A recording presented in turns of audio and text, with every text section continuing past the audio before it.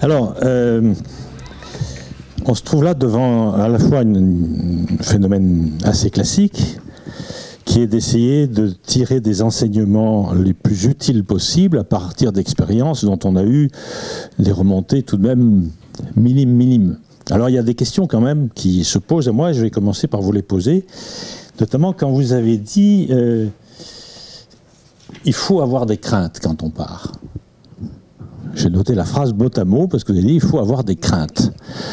Alors j'aimerais bien que vous reveniez un peu là-dessus, parce que qu'est-ce que c'est que la nécessité d'avoir des craintes?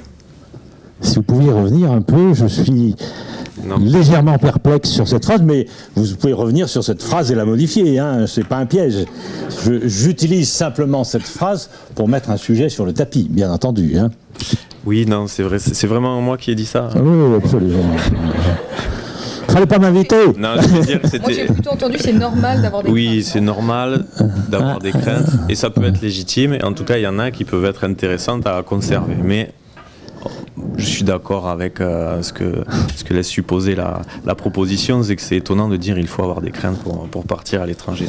Non, surtout dans un contexte qui évidemment ne cesse de nous ressasser ça. On est dans un contexte permanent où on nous explique tout ce qui est dangereux dans le monde. Et donc à partir de ce moment-là, moi je suis bien sûr sur une posture, vous en doutez, très, très légèrement différente. Mais voilà, c'était une première idée. Il faut avoir des préoccupations, oui, il faut avoir de la curiosité, ô combien, mais il faut vraiment pas avoir peur. Pour des raisons qui sont d'ailleurs extrêmement simples et que on a pu tester, j'ai pu tester moi-même dans pas mal de pays du monde, à savoir que notamment dans les villes, parce que c'est là que les choses peuvent éventuellement parfois dégénérer, les gens vous expliquent très très vite que si par votre attitude vous manifestez que vous avez peur, ça veut dire que vous ne connaissez pas le coin, et que donc vous n'avez pas d'amis, et que donc si on vous agresse, personne ne viendra vous aider. Et les gens savent ça tous. Donc la première des choses, si on veut, juste sur ce petit point de détail, ajouter une nuance, c'est de dire, lorsque vous êtes quelque part dans une grande métropole, qui effectivement sont rarement les lieux les plus sûrs du monde, la première préoccupation ou la première mesure de sécurité, c'est ne donner jamais l'impression d'être perdu. Il faut toujours donner l'impression qu'on sait très bien où on est et où on va. Même si c'est pas vrai, parce qu'évidemment, souvent, c'est pas vrai du tout. Mais ça fait rien. Parce que sinon, on commence là à se mettre dans une posture de fragilité. Et d'ailleurs, je pense que c'est un enseignement assez général sur le sujet. Alors maintenant, j'aimerais que vous reveniez un peu plus longuement, parce qu'il m'a manqué quelques informations, sur ce que les jeunes ont ramené de ces expériences. Est-ce que vous pourriez, le plus concrètement possible, nous dire ce qu'ils ont ramené de ces expériences ? Concrètement Oui, très concrètement. Ben, ça dépend des fois. Des fois, on leur fait ramener, on leur donne la consigne avant de partir. On leur fait écrire souvent une lettre avant de partir, qu'ils mettent dans une enveloppe, qu'ils cachettent et qui réouvriront eux-mêmes individuellement au retour. Et ça leur permet de travailler sur un espèce de carnet de voyage. Et puis, du coup, on leur demande de ramener un objet qui pour eux représente bien ce qu'ils ont vécu pendant leur voyage. Et au retour, ça permet de parler de ce qu'ils ont vécu. Et cet objet, j'aimerais bien avoir des exemples très très concrets, qu'on puisse voir un peu quel est à la fois le bénéfice évident de ce genre d'exercice, et c'est pas moi qui vais imaginer le contraire, et en même temps les limites de cet exercice, pour qu'on puisse travailler ensemble, voir comment est-ce qu'on peut optimiser éventuellement ce type d'expérience. Vous pouvez nous donner un exemple concret ? Et ben alors par exemple, un bracelet que leur a offert leur correspondant. Puisque c'est vrai que je disais pas, on crée des binômes entre français et du pays étranger. Et ça leur rapporte quoi en termes d'enseignement, ce bracelet ? Ben, c'est l'occasion, quand ils ressortent leur bracelet au retour, de nous dire, voilà, moi ce qui m'a touché dans ce voyage, c'est la rencontre avec mon correspondant, parce que j'ai vécu des choses fortes avec cette personne. Voilà. Et comment est-ce qu'ils peuvent ensuite réinvestir dans leur quotidien ce type d'enseignement ? Mais en tout cas, ils reviennent en se disant à la fois les jeunes de l'autre bout du monde sont différents et à la fois ils sont très proches de nous. Donc je peux devenir ami et partager des choses, avoir des sentiments pour quelqu'un qui, au premier abord, me paraît extrêmement différent. Alors, c'est à mon avis là-dessus qu'il faut creuser beaucoup avec les jeunes. Quand vous dites qu'ils sont à la fois très différents et à la fois très proches, est-ce que vous arrivez à les faire travailler sur cette espèce de paradoxe? J'essaie, et ça me permet aussi, parce que les jeunes qu'on fait partir, ils sont en bac pro service à la personne. Donc ils vont travailler avec l'humain. Ça me permet aussi finalement de leur dire, et puis celui qui paraît te ressembler, il est finalement peut-être encore plus différent de toi que celui à l'autre bout du monde qui te paraissait différent au début. Et comment vous arrivez dans vos enseignements à faire cet exercice-là, qui est évidemment l'exercice essentiel? Oui. Comment est-ce qu'on peut combiner la différence apparente et la proximité fondamentale? Parce que Dieu sait si aujourd'hui, dans nos sociétés, c'est quand même la question qui se pose tous les jours. Et on va en bouffer pendant l'année qui vient, ça va être quelque chose là-dessus. Hein. Ben, en tout cas, quand ils se sont rendus compte qu'ils pouvaient créer des liens. Ça me paraît important.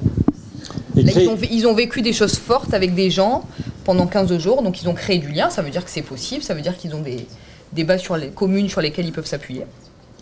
Alors, autre façon de poser la question, et à vous deux cette fois-ci, quand vous êtes sur ce mécanisme-là, est-ce que vous avez entre les mains des outils qui vous permettent de passer à la généralisation?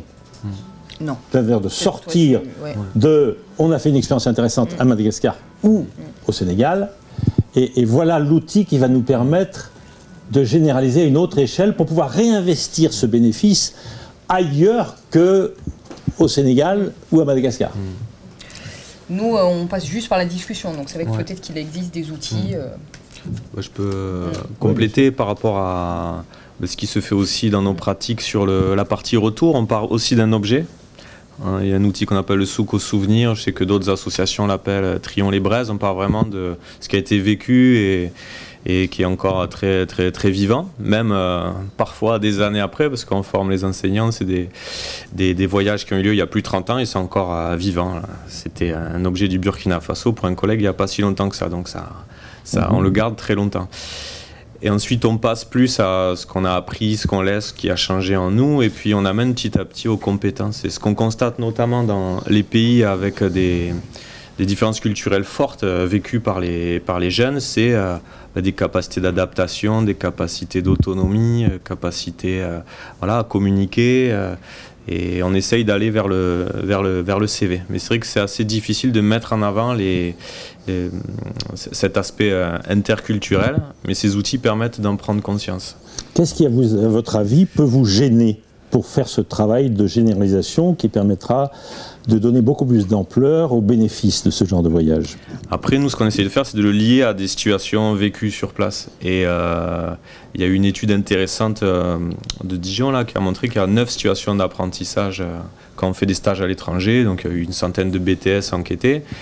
En fait, on apprend dans le stage, c'est une des 9 entrées. Mais après, il y a beaucoup d'apprentissages qui se font le soir, le week-end, dans les équipes quand on arrive à l'aéroport, mais même au retour quand on revient, comment on se réadapte à la culture, à la manière de fonctionner ici. Et tous ces apprentissages-là sont un peu complexes ensuite à ranger dans des cases.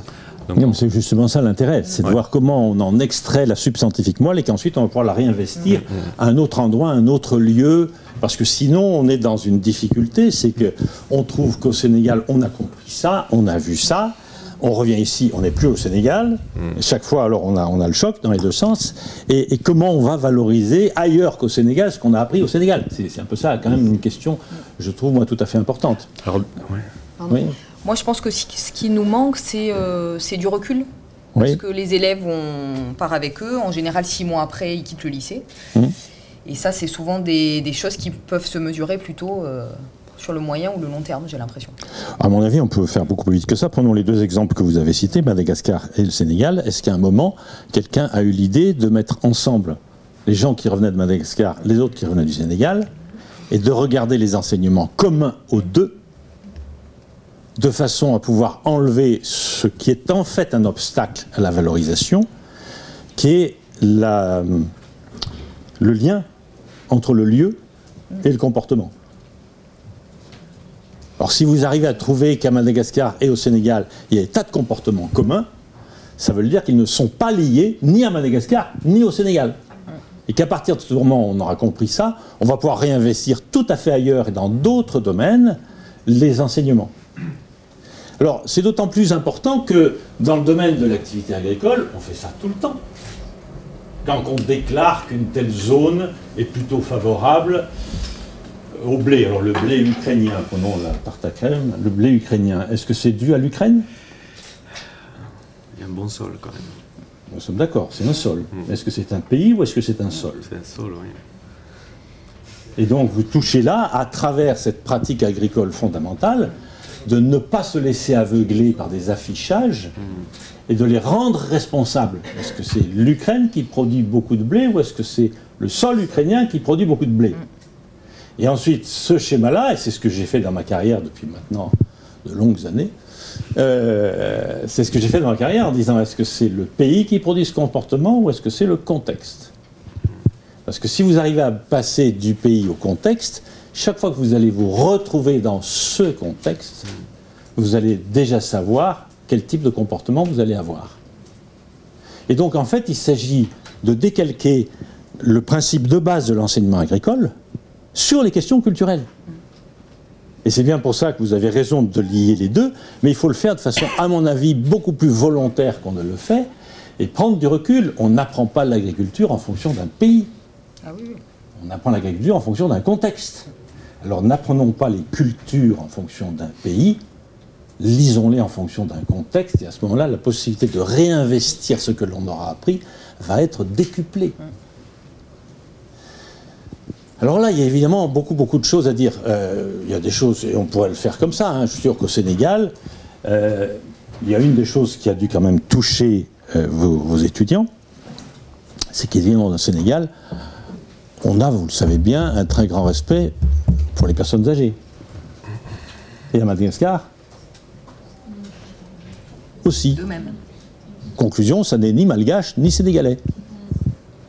Et l'intérêt est de voir pourquoi ensuite, quels sont les contextes dans lesquels les hommes ont un grand respect pour les personnes âgées, en oubliant l'aspect pays. Parce que du coup, vous allez pouvoir donner à vos étudiants un outil absolument essentiel. Apprenez à lire les contextes, alors vous lirez les hommes. Dis-moi dans quel contexte tu vis, je te dis comment tu vas penser. Mais je vais oublier les paramètres, et notamment les paramètres à oublier sont ceux sur lesquels vous ne pouvez pas agir. Alors quels sont les paramètres sur lesquels on ne peut pas agir? La nationalité, fut-elle d'origine, et la religion. Vous ne pouvez pas agir sur ces paramètres-là. Et la couleur de peau qui fait quand même... Et la couleur de peau, bien entendu. Mais comme vous ne pouvez pas agir sur ces paramètres-là, c'est inutile de les mettre entre l'autre et vous, parce que comme ils ne sont pas négociables, vous allez renforcer les stéréotypes. Et vous avez évoqué fort bien tout à l'heure le fait que quelquefois, quand un voyage est mal préparé ou mal encadré, il ne fait que renforcer des stéréotypes. On voit ça tout le temps. Parce qu'on a laissé les gens partir avec des biais de regard dans les yeux, on ne les a pas enlevés, et tout ce qu'ils vont voir va être interprété par le biais, le présupposé initial.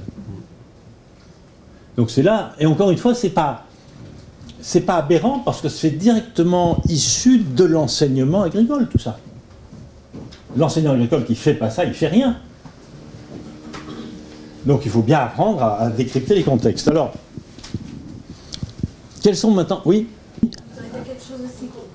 Je pense qu'il y a quelque chose aussi de fondamental, et ça serait aussi une question que je poserais à Raphaël, c'est au retour, puisque tu as parlé de volontaires qui partaient, au retour, comment fais-tu pour intégrer l'expérience des volontaires qui sont partis à l'ensemble de ceux qui sont restés? Bon, on fait des restitutions sous des formes variées. Parfois, on monte des films qu'on présente à tout le monde. Parfois, on fait des soirées sur le thème du pays. Des expos photos, ça dépend. Et puis moi aussi, c'est rigolo, j'en parle à toutes mes classes. Et j'ai des élèves de la 4e jusqu'au BTS. Alors en 4e, 1 heure ne me suffit pas pour répondre à leurs questions. Et en BTS, à part, il faisait chaud, et puis qu'est-ce que vous avez mangé? Ça va pas beaucoup plus loin. Ce qui montre que là, les préjugés ont été bien installés dans le crâne au fur et à mesure des années, bien sûr. Bien sûr. Alors j'aimerais par contre que vous nous citiez vous venez de nous en donner quelques-uns comme ça, des enseignements un peu récurrents, ou du moins des remarques récurrentes au retour. Quelles sont les choses qui, année après année, continuent à surprendre les jeunes dans l'une ou l'autre expérience? Si dans la salle vous en avez, je vous en prie, hein, tout le monde, que ce soit en revenant de Madagascar, du Sénégal ou d'ailleurs, vous disiez Asie, Amérique latine, Afrique, etc. Quelles sont les surprises ou les commentaires récurrents qui persistent?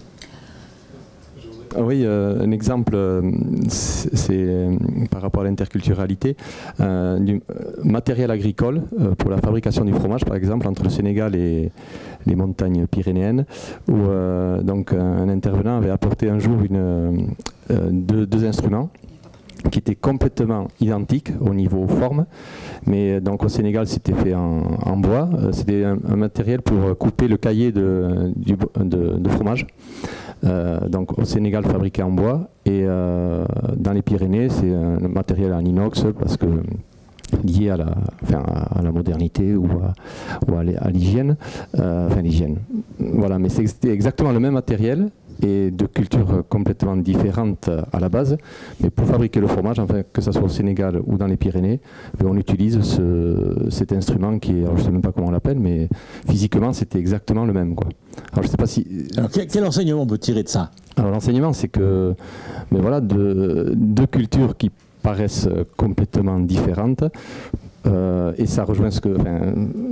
J'adhère complètement à ce que vous disiez, dans le sens où voilà, une pratique, et notamment agricole et tout simplement pour manger, pour faire du fromage, et bien, utilise finalement le même savoir, qu'on soit au Sénégal, dans les Pyrénées, dans les Alpes. Mais ça veut dire quoi fondamentalement? L'enseignement fondamental de tout ça, c'est quoi?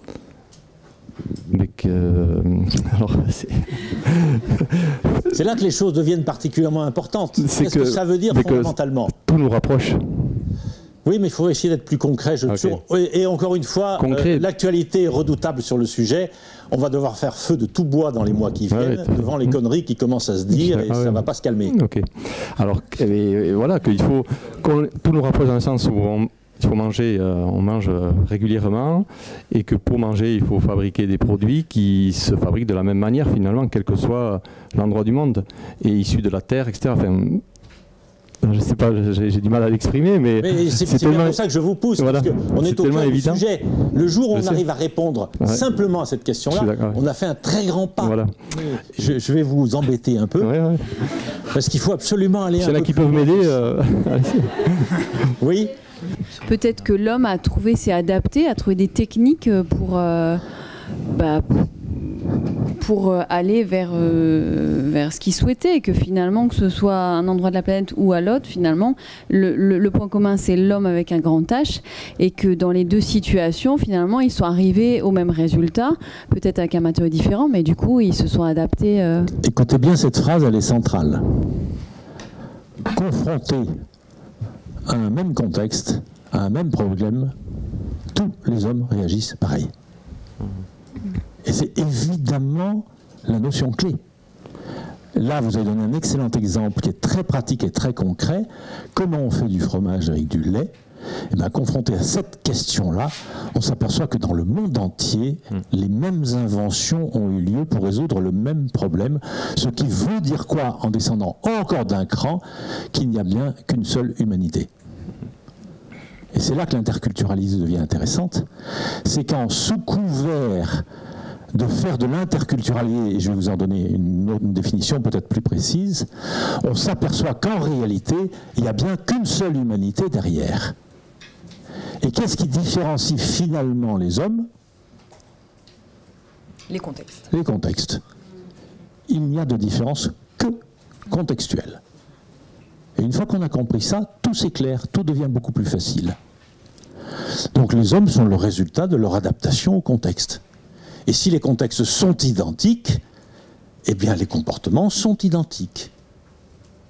Et ce qui est intéressant, c'est qu'on peut commencer aujourd'hui avec le recul à faire un peu de projection par rapport à tout ça, c'est-à-dire qu'on en arrive maintenant à pouvoir émettre l'hypothèse que si le contexte change dans telle ou telle direction, il est probable que les comportements vont changer dans telle ou telle direction.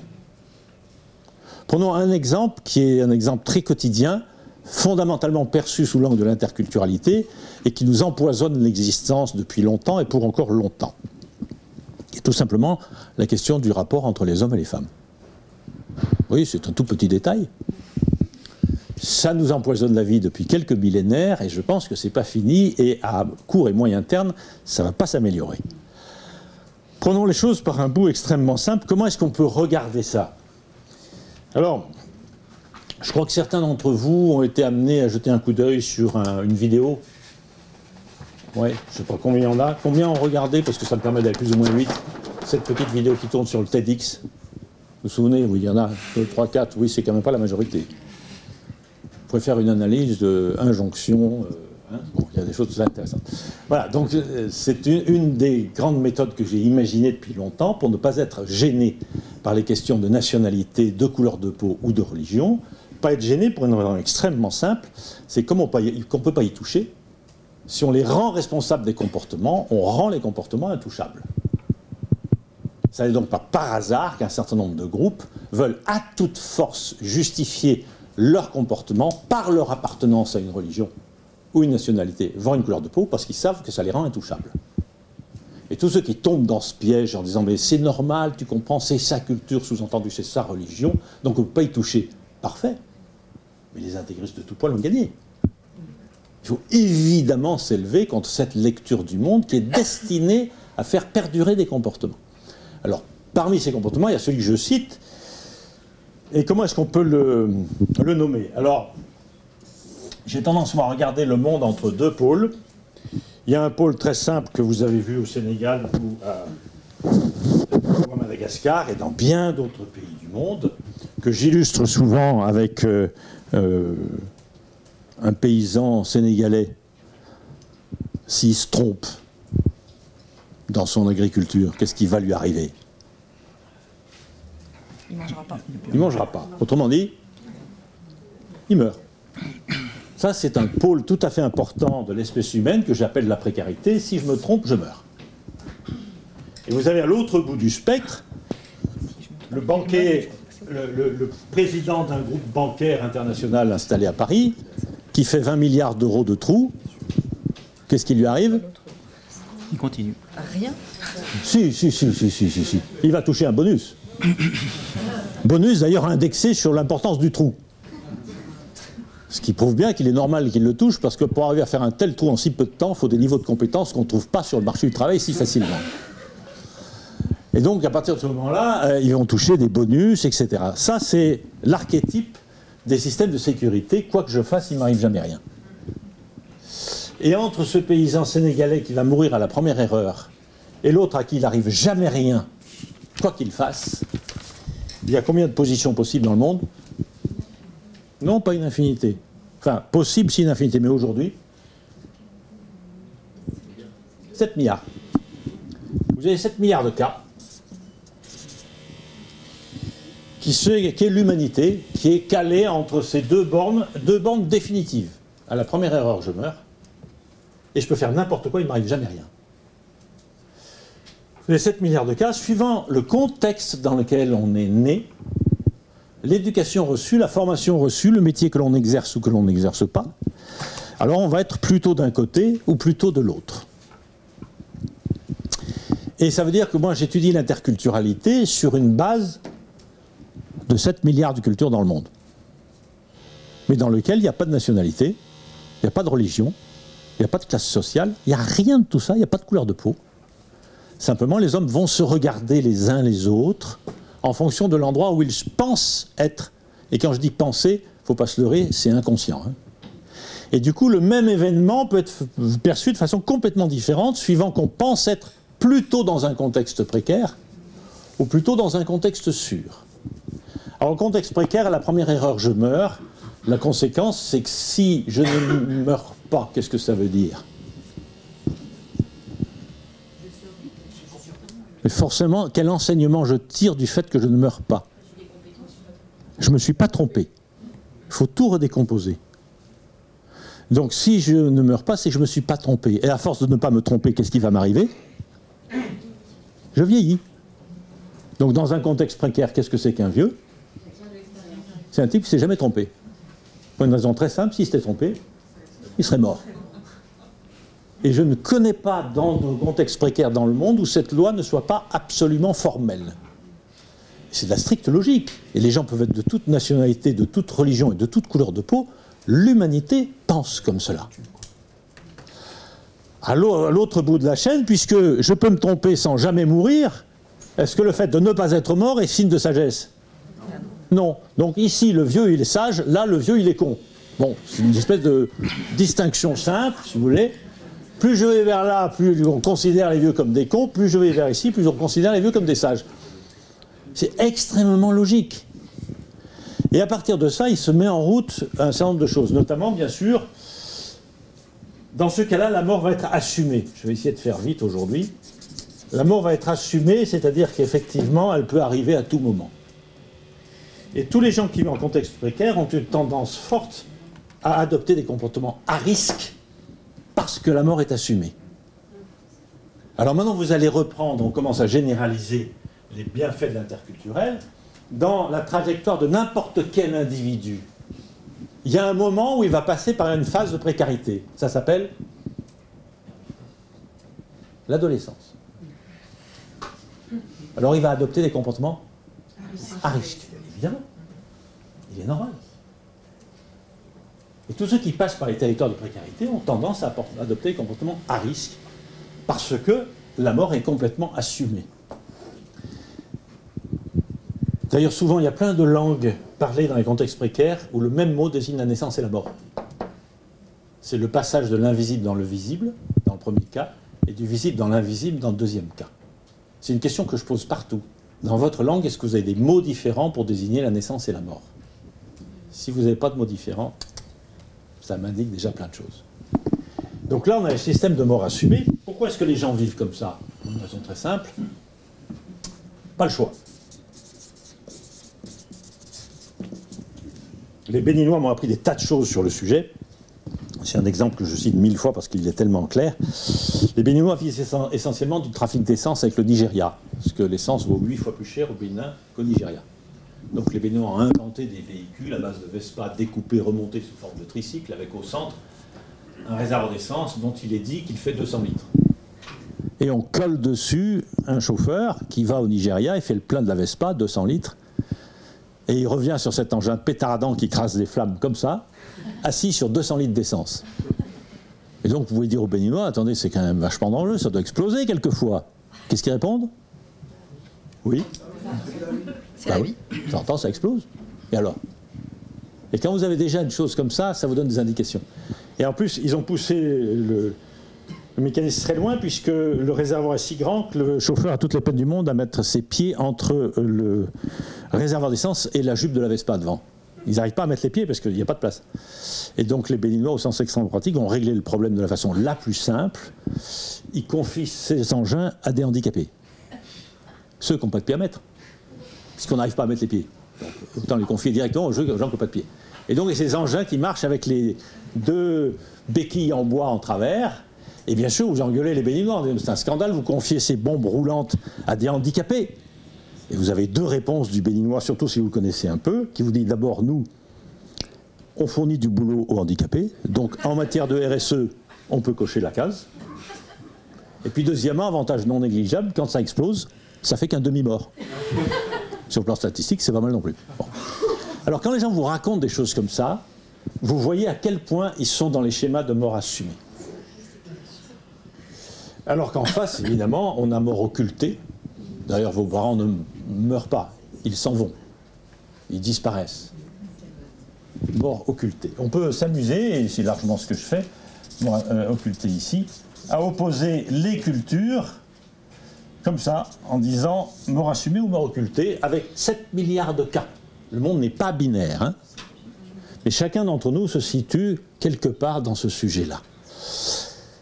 Et alors, mort assumée, pas le choix. 3e élément évidemment tout à fait important, faible capacité à contrôler les incertitudes. C'est la définition qui vous intéresse le plus parce que vous êtes dans l'enseignement. Or, l'enseignement, par définition, j'écris comme un pied, c'est permettre à des jeunes de commencer à contrôler les incertitudes. Donc là, c'est une définition anthropologique, la mort assumée. Pas le choix, c'est une définition économique. Capacité à contrôler les incertitudes, c'est une définition pédagogique sur laquelle vous pouvez jouer là, par l'interculturalité de l'enseignement agricole. C'est votre job. Alors, c'est quoi la faible capacité à contrôler l'incertitude? Mon ami Pierre Titi me raconte souvent cet exemple.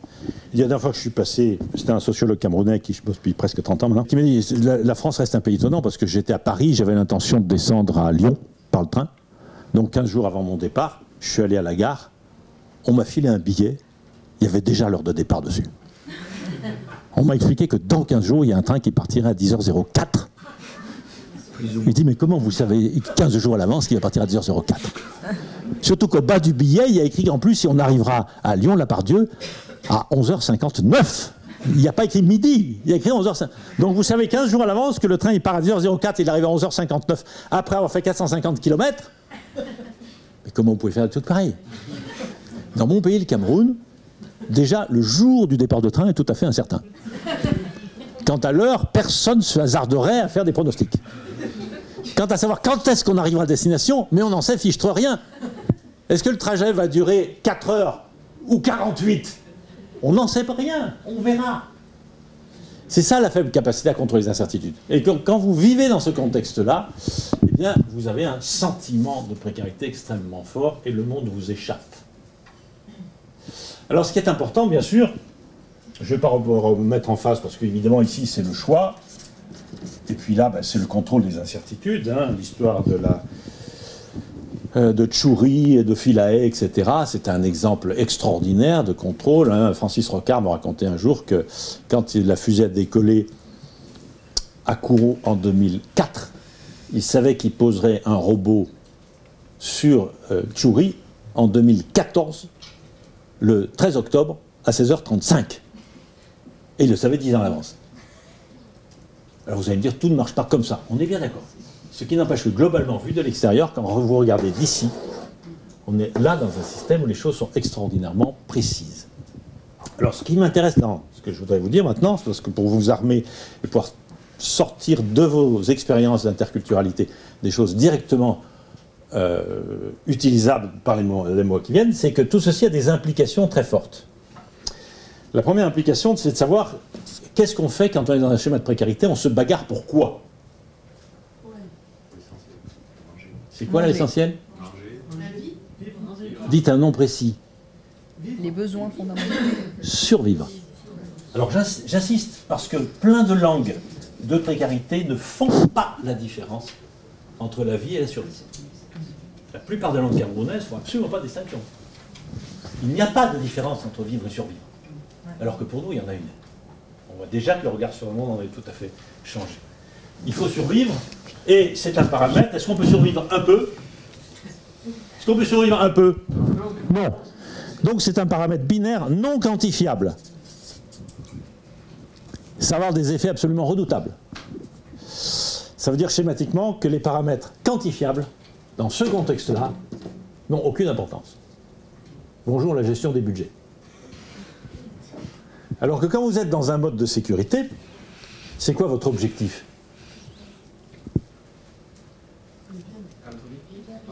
Ça s'appelle en gros le pouvoir d'achat dans la novlangue actuelle.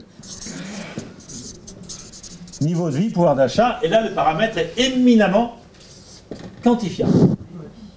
Et donc, à droite de notre tableau, on est des obsédés des chiffres. On veut des comptes rendus chiffrés pour tout et n'importe quoi. Et alors quand ici, le groupe de sécurité réclame des comptes rendus au groupe de précarité en disant combien de gens vous avez touché, combien d'heures, etc., des trucs chiffrés, ici ils se disent mais de quoi ils parlent? Aucun intérêt. Et alors les comptes rendus se passent toujours mal. Parce qu'ici on se fout radicalement des chiffres, ça n'est pas important, alors qu'ici on ne pense qu'aux chiffres. Et d'ailleurs on oublie tout le reste.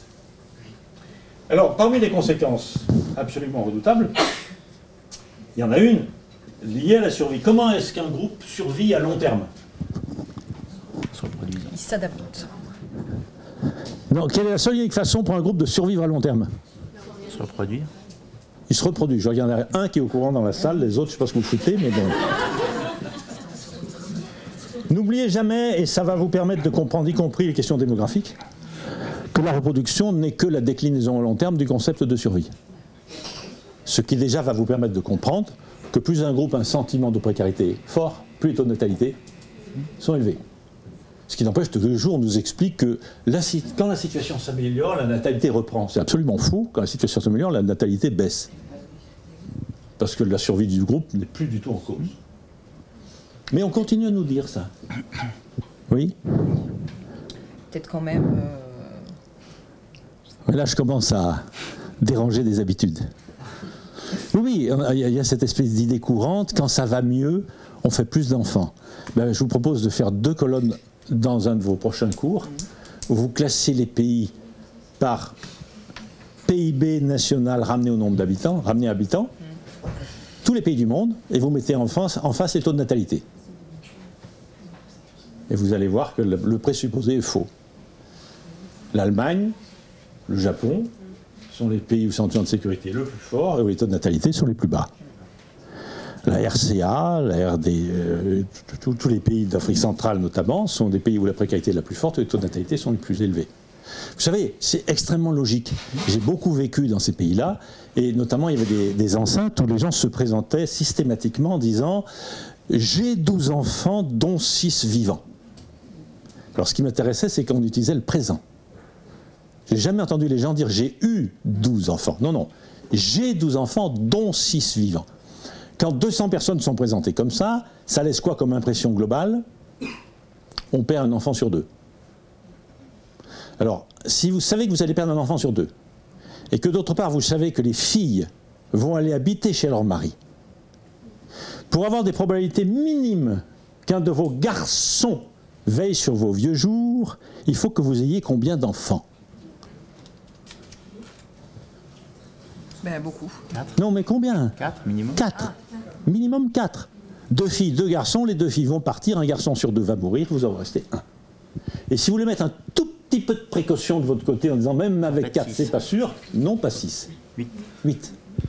À 8 enfants, vos probabilités d'avoir un enfant, un garçon qui veille sur vos vieux jours, devient non négligeable. La démographie obéit à cet inconscient-là d'abord, même si tout le monde le tait. Alors maintenant intervient la question sur laquelle je voulais juste faire un petit développement. On sait que la reproduction n'est que la déclinaison à long terme du concept de survie. Maintenant, pour se reproduire, de quoi a-t-on besoin? Vous allez me dire, est-ce que c'est une question raisonnable à poser à 10h moins 5? Eh bien oui, je prétends que c'est une question toujours raisonnable à poser. Alors pour se reproduire, de quoi a-t-on besoin? D'un homme et d'une femme. D'un homme et d'une femme, ça c'est la réponse classique. Sauf que pour des raisons mystérieuses que je ne m'explique pas vraiment, on n'a quasiment pas eu d'exemple où on ait manqué d'hommes pour assurer le travail de la reproduction. Parce qu'il semblerait qu'en matière de reproduction, nous les hommes, on fasse parfois preuve d'un certain dévouement. Et quand bien même y aurait-il beaucoup de femmes et peu d'hommes présents, en règle générale, les hommes sont assez d'accord. Alors on peut demander le matin, le soir, voire à midi, mais on a tendance à être d'accord. Hein? Si on vous pose la question, si on vous demande à midi, gentiment, vous êtes d'accord ou pas? Ah bah, en matière de reproduction, on dit si on vous demande même à midi, à condition qu'on y mette les formes, est-ce que... Je pense que comme je suis plutôt dans le volet sécurité, j'ai une réponse qui sera certainement différente. Alors, il n'ose pas répondre. Hein. Vous pouvez répondre, c'est pas grave. Je dis, les hommes, on a tendance à dire oui, à condition qu'on y mette les formes, parce que c'est un sujet sur lequel on est très à cheval sur les formes. Et donc, on va se retrouver avec une idée tout à fait basique, bien sûr, c'est qu'en réalité, la survie du groupe ne dépend pas du nombre d'hommes. Et tous les groupes de précarité savent tout ça, ils ont tous intégré cette pratique. La survie du groupe ne dépend que du nombre de femmes.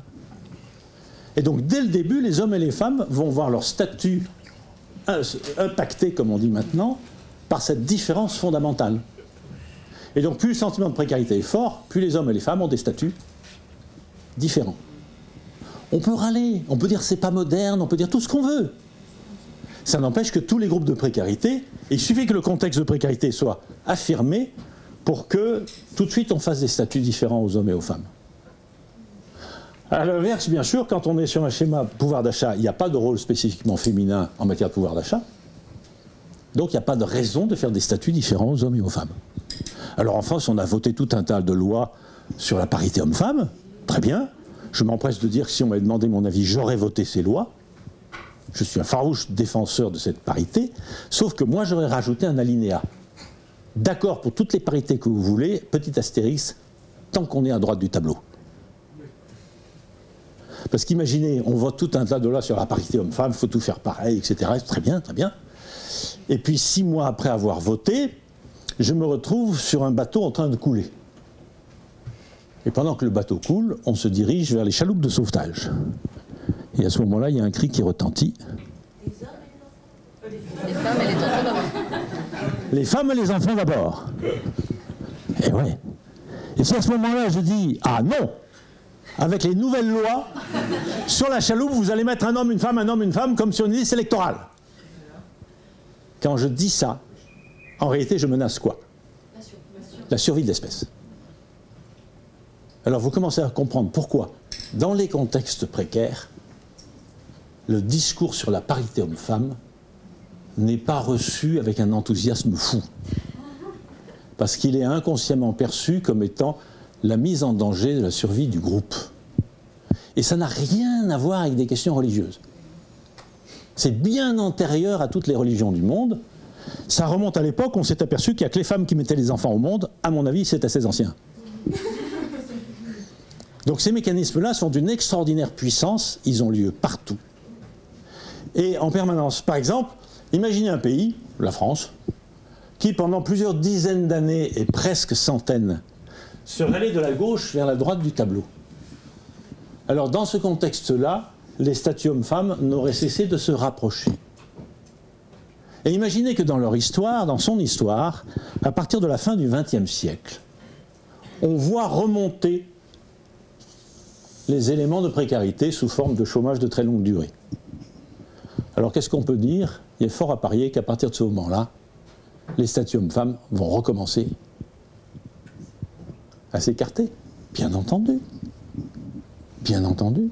Et on le voit tous les jours. Je suis d'une génération qui a connu tout, les 30 glorieuses, le machin, le truc. Et aujourd'hui, le statut des filles se redégrade à toute allure.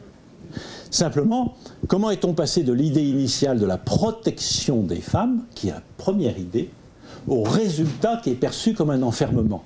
Le mécanisme est extrêmement simple, il suffit simplement d'essayer de rentrer dedans. Il y a donc, la première des choses, c'est comme on veut protéger les femmes pour assurer la survie du groupe, il y a des activités dont on va les écarter. La première d'entre elles étant le travail. La guerre.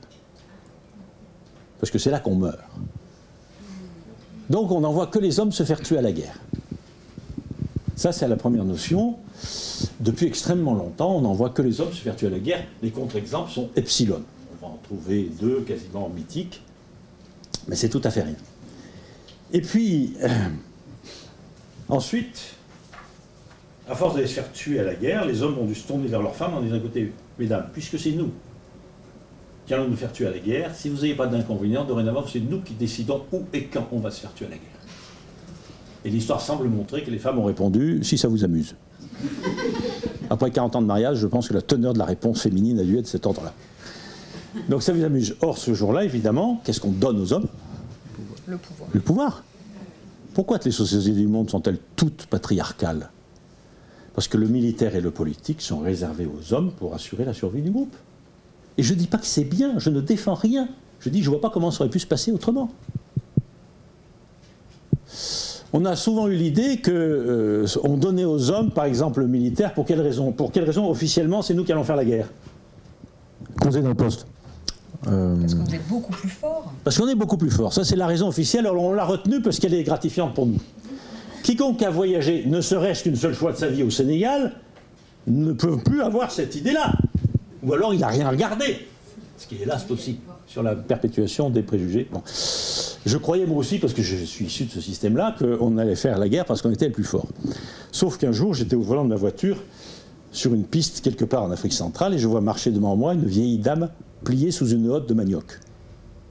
Pour les gens qui savent, la hotte de manioc, ça fait 50 cm de diamètre, 70 cm de haut. Le manioc que vous mettez dedans, c'est la densité de la pomme de terre. Donc je vois la dame plié comme ça, qui marche lentement.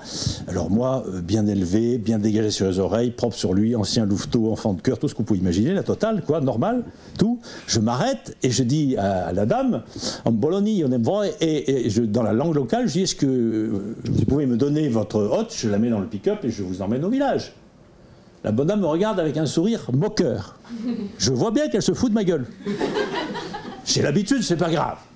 Donc, je bombe le torse, j'attrape la hotte, et puis elle se défait avec un sourire narquois de ses 2 bretelles, et je tombe assis par terre, avec la main écrasée sous la hotte de manioc, dont j'estimais le poids 50 kilos. La bonne dame se foutait de moi, mais ouvertement. Donc, j'ai ramassé le truc en feignant de m'être pas pété le dos, et puis j'ai mis tout ça dans le pick-up. Les fois suivantes, l'enseignement avait porté, j'avais trouvé une autre stratégie. Quand je me suis trouvé dans cette situation-là, j'arrêtais la voiture, j'ouvrais la ridelle à l'arrière, et je disais à la dame, si vous voulez bien mettre votre hôte dans le pick-up, sinon mon expérience ne m'aurait servi à rien. Or, qu'est-ce qui s'est effondré dans mon esprit, au même temps que je m'effondrais par terre? L'idée que la répartition des tâches se fera en fonction de la masse musculaire. C'est complètement idiot. Dans la moitié des pays du monde, c'est les femmes qui font les travaux de force. Ça n'est donc pas pour des raisons de force qu'on nous envoie à la guerre. On nous envoie à la guerre parce que notre nombre n'a aucune importance sur la survie du groupe. Imaginez, vous envoyez 100 hommes à la guerre. 99 transformés en hamburgers, il faut bien alimenter les McDo. Bon. Il en reste un qui rentre vivant et entier. Eh bien, celui-là, devant l'ampleur de la tâche de remplacement qu'il s'agit d'opérer, va trouver que la guerre n'a pas que des inconvénients. Mais à condition de rentrer vivant et entier. Bon, il peut laisser une oreille sur le champ de bataille, mais... Et donc, à partir de ce moment-là, on se rend compte que cette idée selon laquelle c'est la force physique qui déterminerait les rôles sociaux est une idée absolument folle. Et si vous allez et à Madagascar et au Sénégal sans en tirer ces enseignements-là, c'est que vous restez accroché à l'a priori. A priori, les hommes commandent parce qu'ils sont les plus forts. Faux. Faux. Et là, on commence à avoir des outils qui vont avoir un spectre d'usage infiniment plus grand. Alors, le militaire et le politique étant devenus masculins, suivant le schéma que je viens d'évoquer, après, il y a un mécanisme extrêmement simple qui s'est mis en route pendant longtemps. Depuis longtemps, il n'est pas tout à fait fini. Dans ces lieux-là, militaires et politiques, les hommes vivent entre eux. Autrement dit, ils ne croisent pas de femmes. Or, nous, les hommes, quand on ne croise pas de femmes, assez vite, on devient comment ? Nerveux, ça c'est la version soft. En rude. Agressif. Je vois que vous connaissez toutes plus ou moins ça. Oui, bon, ben c'est comme ça. Effectivement, ça vous ennuie, mesdames, mais nous aussi. Mais néanmoins, c'est comme ça. Bon. Et donc, comme on devient agressif, on commence à comprendre que nos propres femmes vont être en danger du fait de l'agressivité des hommes. En regardant le monde à travers notre propre agressivité issue de notre propre frustration. Et comment on va protéger nos femmes? Parce que c'est toujours ça l'idée. Ben, on va les écarter des endroits où elles risquent de croiser des hommes. Du coup, l'ère sociologique exclusivement masculine augmente. Conclusion, la frustration des hommes augmente, et donc leur agressivité augmente. Donc il faudra surprotéger les femmes, en les écartant un peu plus.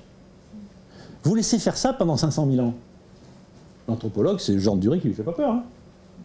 Au bout de 500 000 ans, vous aurez d'un côté des femmes totalement à l'abri des hommes, y compris de leur simple regard, mais du coup, dans la rue, des hommes hyper frustrés, donc hyper violents, bardés de kalachnikov, prêts à n'importe quoi. Ça n'est pas un mécanisme religieux. Du tout. C'est bien plus vieux que ça. Et à ce moment-là, même avec ça, vous pouvez lire l'actualité. Qui vous, avec cette idée très simple, depuis très longtemps, ce mécanisme a eu lieu. Et chaque fois que le sentiment de précarité est fort, ce mécanisme se remet en route. Tous les groupes culturels sont susceptibles d'y succomber. Un jour où j'étais avec des expatriés français dans un pays en guerre civile, je commence à évoquer cette idée, c'est que dans ce pays, le statut des femmes n'est pas tout à fait identique aux hommes pour des raisons premières liées à la nécessité de protéger le nombre de femmes. Je n'ai pas eu le temps de finir ma phrase, qu'une Française expatriée dans la salle a monté sur sa chaise et a poussé des tas de cris. Sur le thème, pas du tout, vous y connaissez rien, les femmes ne sont pas du tout protégées, elles sont enfermées. Encore ici ça va, mais avant j'étais au Pakistan, j'aime autant de vous dire qu'au Pakistan, les femmes sont enfermées et pas protégées. Alors je la remercie bien de cette tonitruante déclaration, d'autant plus que je ne connais pas le Pakistan, elle a sûrement raison. Sauf que je lui rappelle qu'elle me fait cette déclaration dans une magnifique salle, située au rez-de-chaussée d'une tour qui comporte 7 étages, dans lequel elle habite avec son mari et tous les expatriés dans la salle.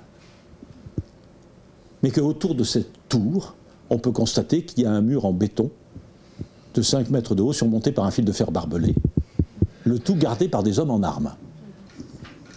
Et je lui rappelle à cette charmante dame que, au-delà de ce mur, si elle avait la curiosité de le dépasser un jour, eh bien elle trouverait une ville dans laquelle les gens vivent, dans laquelle moi je me balade depuis plus de 20 ans, parce que j'y vais régulièrement depuis 20 ans, et dans laquelle une fois on m'a arrêté en me disant à propos, monsieur, je vois que vous sortez de la tour là, est-ce que vous pouvez m'expliquer pourquoi les femmes françaises sont enfermées? Et à ce moment-là, la femme en question remonte sur sa chaise et repousse des tas de cris. En disant, mais pas du tout, ils n'y connaissent rien, on n'est pas du tout enfermés. Alors je dis, écoutez, moi j'en sais rien ce que vous êtes. Je vous signale simplement que dans la rue, les gens pensent que vous l'êtes. Elle continue, on n'est pas du tout enfermés, on est protégés. Je dis, ça vient, vous allez finir par y arriver. Et tous les groupes du monde confrontés à un sentiment de précarité qui dure, tombent dans ce mécanisme-là. Et il faut bien voir que personne n'est à l'abri. Absolument personne. Je fais partie des gens qui ont eu la rude tâche dans leur vie d'élever des enfants, garçons et filles, à l'adolescence. C'est un moment parfois amusant, parfois un peu agaçant. Et je vois très bien quand ma fille aînée vient me faire admirer la nouvelle mini-jupe qu'elle compte inaugurer en boîte ce soir. Elle a 17 ans, elle a l'intention de partir avec une ceinture un peu large. Et donc le papa dit quoi? Tu vas pas sortir comme ça. Tu vas pas sortir comme ça. Et puis tu vas en rajouter un peu, puis tu vas rentrer à minuit. D'ailleurs, j'irai te chercher, etc., etc. Va enfiler un jean. Bon. À ce moment-là, que pense ma fille? Vous êtes un vieux con. Que je suis un vieux con et qu'est-ce que je suis en train de faire? J'essaye de l'enfermer? Non. Moi, je pense que je la protège, mais elle pense que je l'enferme. D'autant que 2 ans après, son frère, j'ose pas dire petit vu le gabarit du gaillard, m'annonce qu'il part en boîte ce soir déguisé en guerrier papou. Donc il est habillé d'un string en raffia, confectionné par ses soins. Il s'est passé du brou de noix sur la peau, il a une espèce d'os dans le nez, des plumes dans les cheveux, et il part comme ça. Pas de problème. Mais si vous voulez, en gros, quand vous le croisez rapidement dans la rue, vous avez l'impression de croiser Chabal. Je lui dis quoi, moi? Amuse-toi bien. Amuse-toi bien.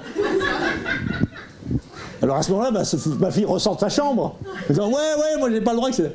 Mais qui peut échapper à ça? Et ça n'a... À la fois, c'est totalement culturel, mais au sens contextuel du terme.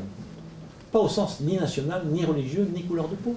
C'est l'humanité qui pense à sa propre descendance, à sa propre survie, et qui met le monde féminin en précaution jusqu'à l'enfermement quand la frustration s'y met, et qui laisse aux garçons le soin de faire ce qu'ils veulent, parce que la probabilité que mon fils se fasse agresser dans la rue, si vous voulez, est quand même assez modeste. Alors ça, c'est des mécanismes absolument généraux, et aujourd'hui, on est en marche arrière plein gaz sur toutes ces affaires-là. Notamment parce que les initiateurs de la surprotection des femmes invoquent sans arrêt la question religieuse pour la justifier. Elle n'a rien à voir. Ça vous permet de comprendre quelques phénomènes d'actualité. Par exemple, vous avez su qu'au printemps, Daesh a pris la ville de Palmyre et s'est mis à dynamiter les bâtiments de Palmyre. Certains ont visité Palmyre dans cette pièce. Il y a quelque chose de magnifique qui s'appelle le temple de Baal. Je suis probablement un des derniers touristes à l'avoir vu. J'ai tendance à aller faire du tourisme dans un endroit comme ça. Moi, ça m'amuse.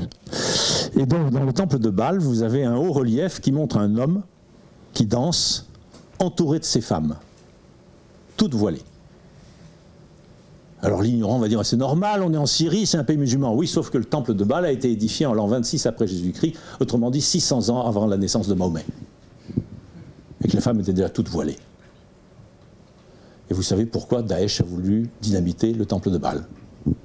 Parce qu'il avait écrit, en gros, que son discours est totalement faux. Il fallait qu'il dynamite le temple de Baal.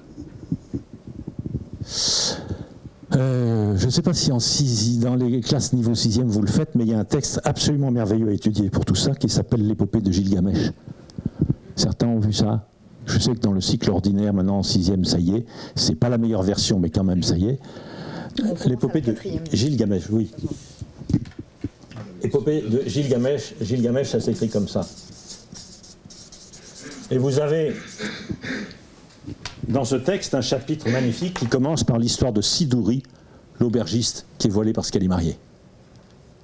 Oui, sauf qu'il a été transcrit au XIXe siècle avant Jésus-Christ. Et donc, évidemment, aucune religion monothéiste ne peut se targuer de ce texte qui est bien antérieur à toutes les religions monothéistes. Et c'est, à mon avis, le type même de choses que l'on peut extraire des magnifiques expériences que vous faites, à condition d'enlever volontairement les paramètres qui nous troublent la vision, qui sont le pays dans lequel on est, la religion que les gens pratiquent, leur couleur de peau, etc., etc. Ils ont dû aussi vous dire, au Sénégal, les gens n'ont pas l'air d'être très pressés. Probablement. Oui, alors regardons bien simplement cette idée, pourquoi est-ce qu'ils ne sont pas pressés?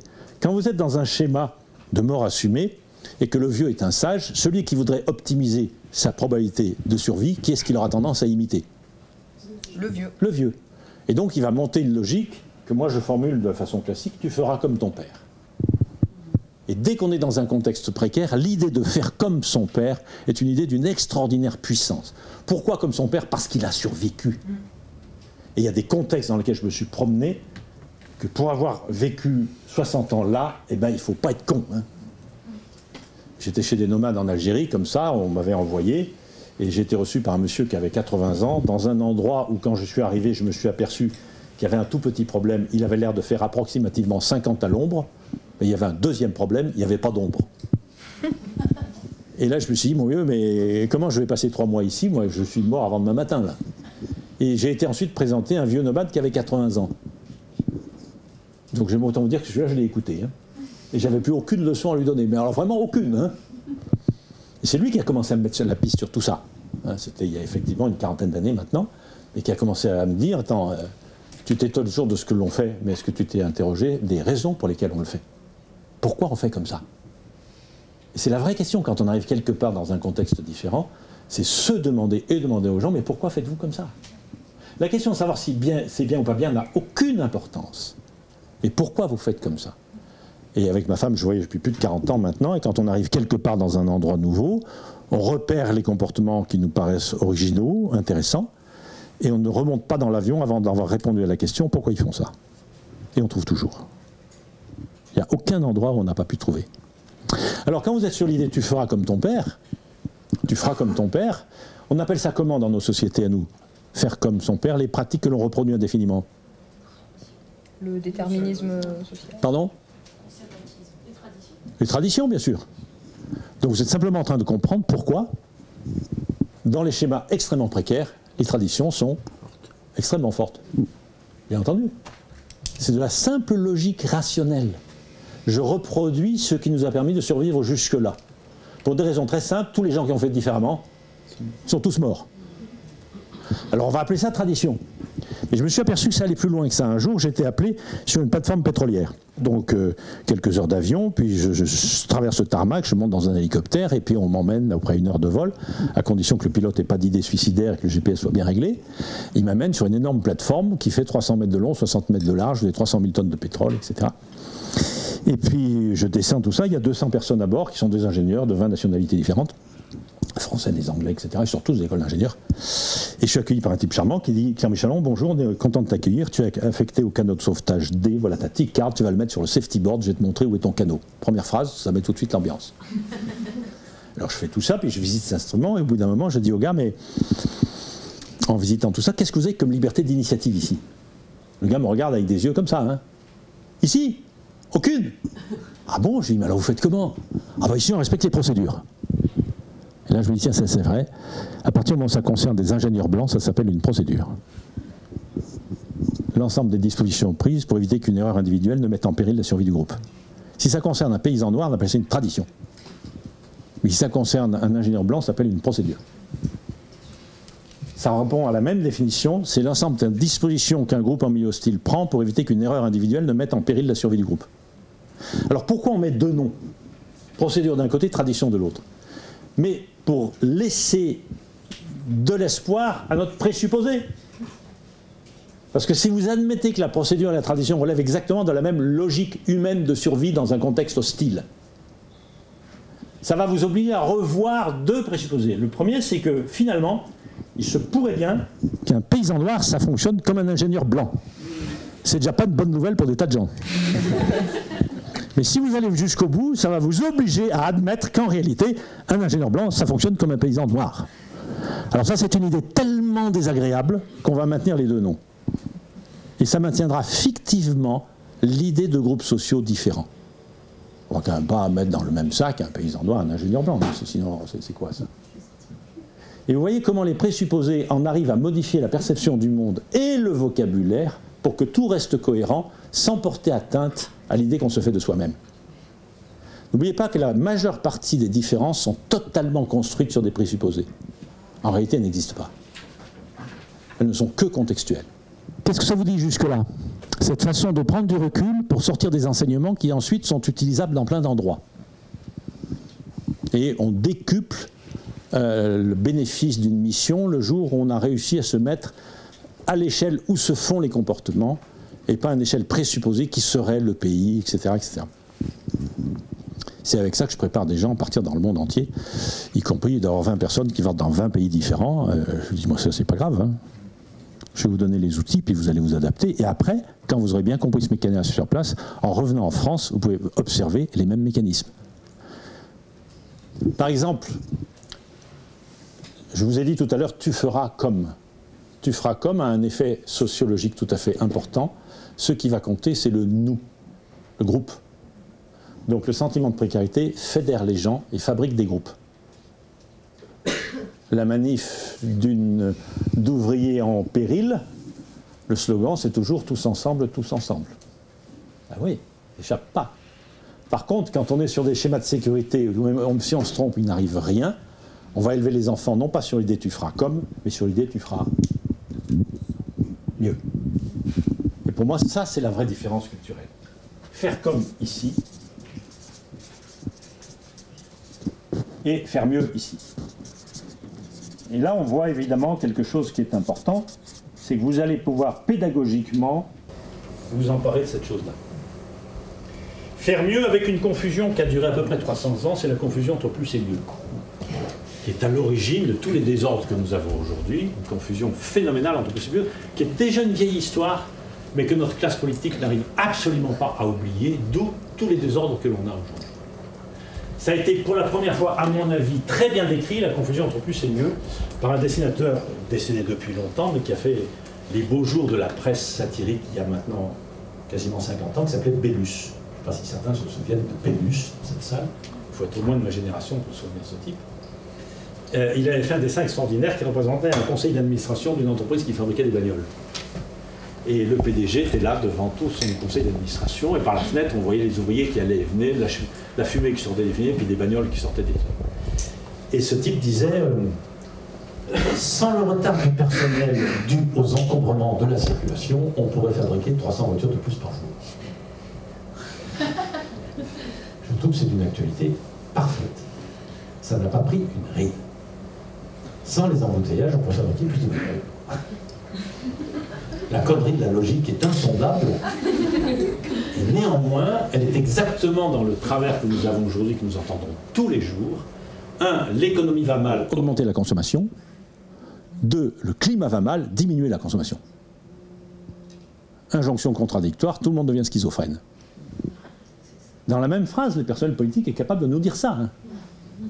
Et avec, encore une fois, un avantage donné au plus par rapport au mieux.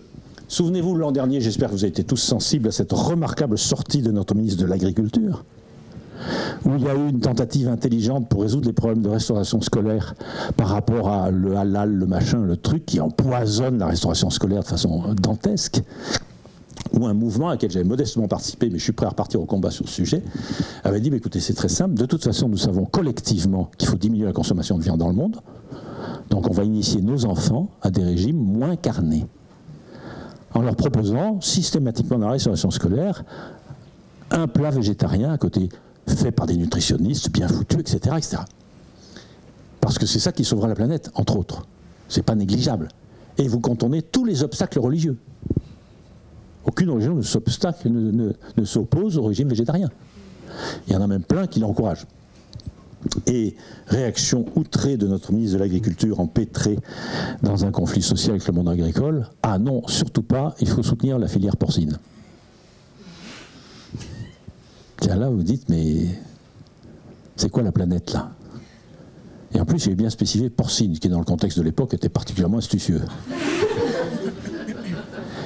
Et là, vous voyez que quand on est sur un très court terme, on en arrive à dire des choses qui sont absolument des non-sens. Et ce que nous avons à faire, nous, maintenant, et ce que vous avez déjà commencé à faire, parce que ça y participe beaucoup, c'est apprendre à nos jeunes à faire la distinction entre plus et mieux. On peut parfaitement faire mieux sans faire plus. La plupart des startups qui se lancent à l'heure actuelle, c'est ce qu'elles font. J'ai une amie qui a lancé une startup à Paris, elle s'appelle De moins en mieux. C'est le titre de sa start-up. Magnifique. Et il y a quantité de choses qui se font dans ce sens-là. Et nous avons, comme enseignement prioritaire, à mon avis, à donner à nos jeunes, aujourd'hui, apprenez à faire la distinction entre plus et mieux. C'est la confusion des deux qui nous a amenés au dérèglement climatique, dont on voit tous les jours les conséquences. Même si la COP21 était une très bonne chose, si on ne pousse pas à la rue, on peut à la fois, dans le même temps, se féliciter d'ouverture de la COP21 et annoncer à grand bruit la multiplication du nombre de bus diesel en circulation. Je dis, mais la cohérence est où? Pas de cohérence, parce que pas de ligne. Alors, interculturalité, c'est surtout les interactions. Et là, ça va vous permettre de faire des interactions considérables, parce que faire mieux sans faire plus, ici, on sait faire pour une raison très simple, on n'a pas les moyens de faire plus. Donc, on est obligé de faire mieux sans faire plus. Et le dialogue, il peut se faire là. Apprenez-nous à faire mieux sans faire plus. Et on va s'apercevoir que, par exemple, ça m'amuse toujours, quand il y a une mode à l'heure actuelle qui vise à louer la permaculture.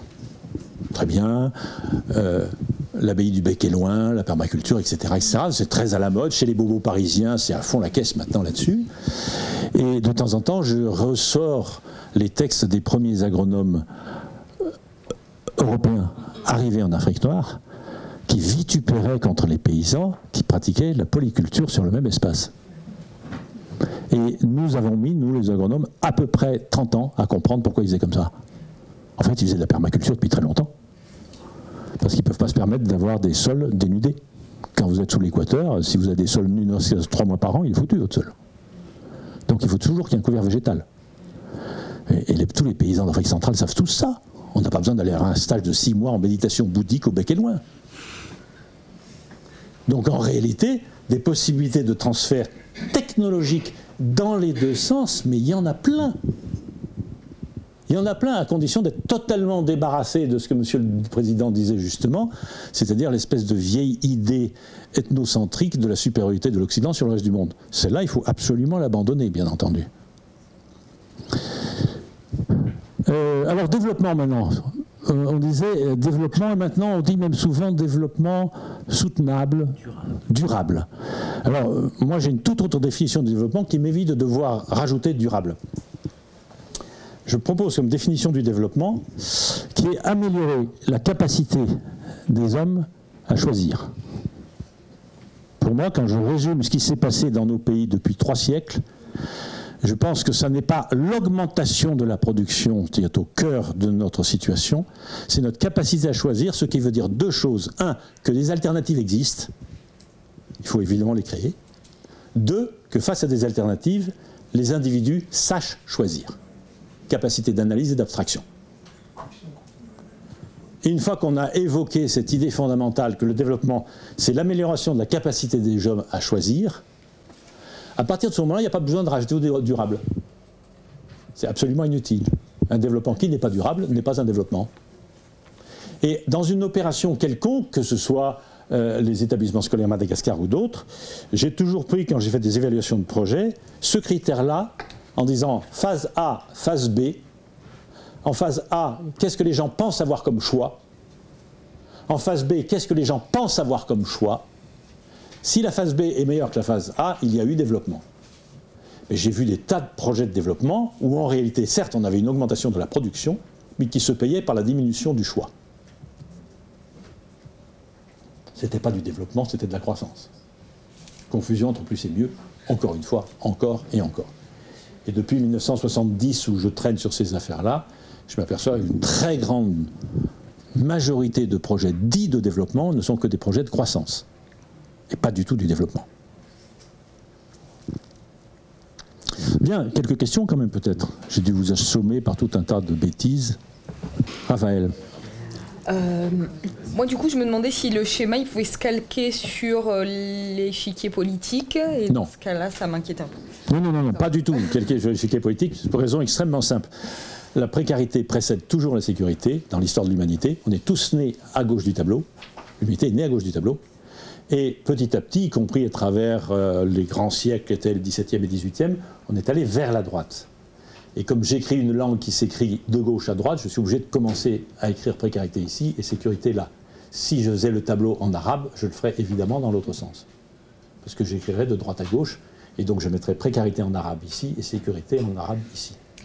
Oui, mais quand même, on pourrait voir la droite et la gauche comme la gauche peut-être un travail plus sur le collectif et puis la droite plus le libéralisme, la liberté, donc l'individu. C'est vous qui pouvez faire ça. C'est-à-dire, effectivement, chacun peut dire, à partir du moment où un groupe s'intéresse plus au collectif, il est quelque part par là. La relation de cause à effet dans les deux sens, est-ce que c'est bijectif? C'est pas tout à fait sûr. Hein, mais effectivement, c'est clair que le monde qui n'a de vision que comptable est un monde qui fabrique des individus. Parce qu'on est sur l'idée tu feras mieux que ton père, ça fabrique de l'individualisme. La précarité, tu feras comme ton père, ça fabrique du groupe. Donc parfois, on peut aussi s'inquiéter de l'instrumentalisation qui pourrait être faite. C'est-à-dire qu'une municipalité qui voudrait renforcer la cohésion sociale pourrait, dans un cynisme absolu, augmenter le sentiment de précarité de sa population pour que la cohésion sociale remonte.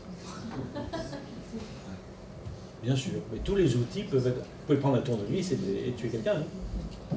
Bien sûr. Je ne l'ai pas encore vu, hein. Oui, alors moi, ce n'est pas une question, parce que le temps est parti et on ne plus. C'est simplement, moi, j'ai beaucoup apprécié l'approche que vous avez soutenue de la relation que nous vouons aux aînés. Et avec effectivement les traits d'universalité que vous nous avez décrits. Et pour moi, ça, c'est extrêmement redondant auprès effectivement de jeunes en formation, en devenir, tous adolescents et tardifs aussi, bien que grandement majeurs. Oui, on a des étudiants de jeunes. Voilà. Et je trouve que c'est une entrée, c'est une clé, enfin moi en tout cas, qui fait écho pour ma part. Je suis très intéressée par effectivement les dispositifs intergénérationnels. Il n'y a pas besoin d'aller très loin. Bien sûr. Et ça, moi, ça m'a beaucoup parlé. Certains d'entre vous ici le sauront pourquoi. Je regarde un petit peu Marie-Christine. Et je vous remercie parce que ça cristallise, moi, déjà un sentiment qui va devenir un peu plus conceptualisé, je veux dire, par rapport aux lectures que je me promets de faire de vos ouvrages. Vous avez raison dans la mesure où, pendant les 30 Glorieuses, où on a cru que l'histoire du monde, c'était d'aller vers la sécurité, l'individu passait avant tout. Il y en a encore des séquelles, évidemment, dramatiques, y compris dans la classe politique française. Et donc, on a fait, y compris des modes de vie basés sur l'individualisation. Donc, il y avait les foyers étudiants, il y avait les machins, etc., etc. Et maintenant où la précarité ressort, on commence à comprendre que faire cohabiter des étudiants et des personnes âgées, c'est bénéfique pour tout le monde. C'est-à-dire qu'en fait, on est en train de réapprendre ce que tous les groupes de précarité savent depuis très longtemps. Il faut absolument que l'intergénérationnel soit quotidien, partout. Complètement. Bien sûr. Mais on ne l'a pas réinventé. Simplement, la précarité nous oblige à le penser. Oui, je veux dire un petit mot. Je suis administrateur de FERT pour FERT. Bon, je ne vais pas rentrer dans les discussions. Vous avez des concepts qui sont assez explicatifs pour aussi en trouver d'autres. Puis, ne serait-ce que définir ce qu'on entend par contexte. Voilà. Mais je vais dire deux mots. D'abord, je pense que FERT, on se retrouve parfaitement dans votre définition du développement. C'est-à-dire non pas se fixer des objectifs de croissance chiffrée, mais on se fixe des objectifs d'aider les agriculteurs des pays qu'on essaie d'aider justement à choisir eux-mêmes et à faire ce qu'ils ont choisi de faire. Voilà. Et d'autre part, on a parfaitement aussi conscience, parce qu'on doit rendre compte ou aider nos partenaires malgaches, burkinabés ou autres à répondre aux questions infernales des bailleurs de fonds sur les comptes rendus qu'ils font. Et donc, on vous remercie de l'éclairage. Oui, bah, la bagarre entre les ONG et Bruxelles, notamment, dure, à ma connaissance, au moins depuis 40 ans. Bruxelles somme les gens de donner des chiffres. Et toutes les ONG qui travaillent en milieu précaire savent que les chiffres n'ont aucune espèce d'importance. C'est exactement le problème avec les services sociaux en France. Hein. Parce que ça, quand je travaille à la Courneuve, c'est intact. Hein. J'ai rien à changer. Et moi, je passe de la droite à la gauche du tableau, quelquefois avec 8 heures d'avion, quelquefois 4 stations de métro. Aucune importance. C'est la même chose. Et j'ai formé beaucoup de travailleurs sociaux dans la banlieue parisienne, comme je forme les volontaires de l'humanitaire. C'est le même boulot, ils sont confrontés aux mêmes problèmes. Seule différence, c'est que l'humanitaire, ne faisant pas 8 heures d'avion, c'est moins exotique et moins médiatisé. Mais sinon, il est confronté aux mêmes problèmes. Donc ça veut dire que tous ces travaux que vous faites sur l'interculturalité au sens macro, donc international, est une excellente préparation pour faire des intervenants sociaux chez nous. Ça marche très bien. Vous n'avez rien à changer. C'est enlever le voile, c'est pas lié au Sénégal. Voilà. Merci beaucoup, je pense qu'on peut vous applaudir.